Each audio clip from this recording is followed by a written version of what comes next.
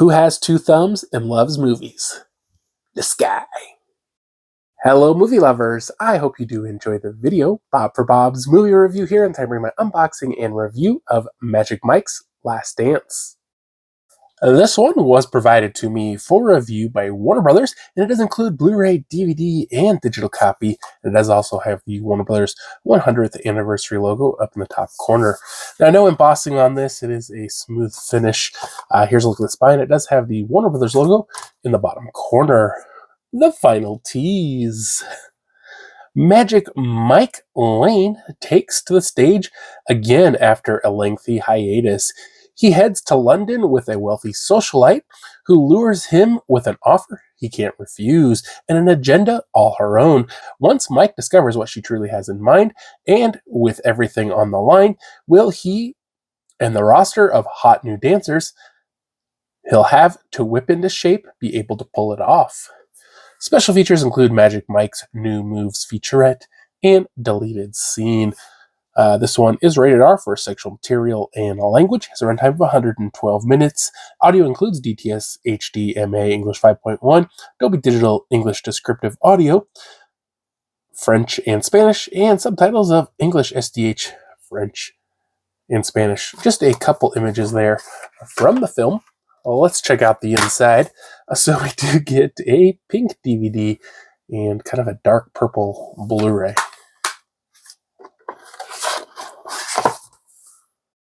Alright guys, I just finished watching Magic Mike's Last Dance. Now first thing, I am a Magic Mike virgin, as it were. I didn't see either of the first two Magic Mikes. I think there's been two before this. I don't know that it's super important. Like, I just feel like these don't have like this super complicated connected story, other than just to know that Channing Tatum is or was a male strip dancer, performer. I'm not sure exactly what he wants to be called, but he was a performer. Now he is a bartender at parties. Is that a step up? And this woman, played by Salma Hayek, her husband has just cheated on her, and she wants to, I don't know, get revenge, but she's like, I just want to forget about what's going on, and I heard you could give like this amazing dance that would make me forget about everything. And he's like, yeah, I don't do that anymore. And she's like, how much? And he's like, I was confused because I was like, am I hearing right? Because I could have swore he said 60,000, and she's like 60,000. And he's like, yeah, 60,000. And then I think she said 6,000, and he's like, okay, 6,000. I could be wrong. The zeros might be different because a person could easily confuse 6 and 60. But so he's like, okay. And so they go into this long, erotic, dry humping scene,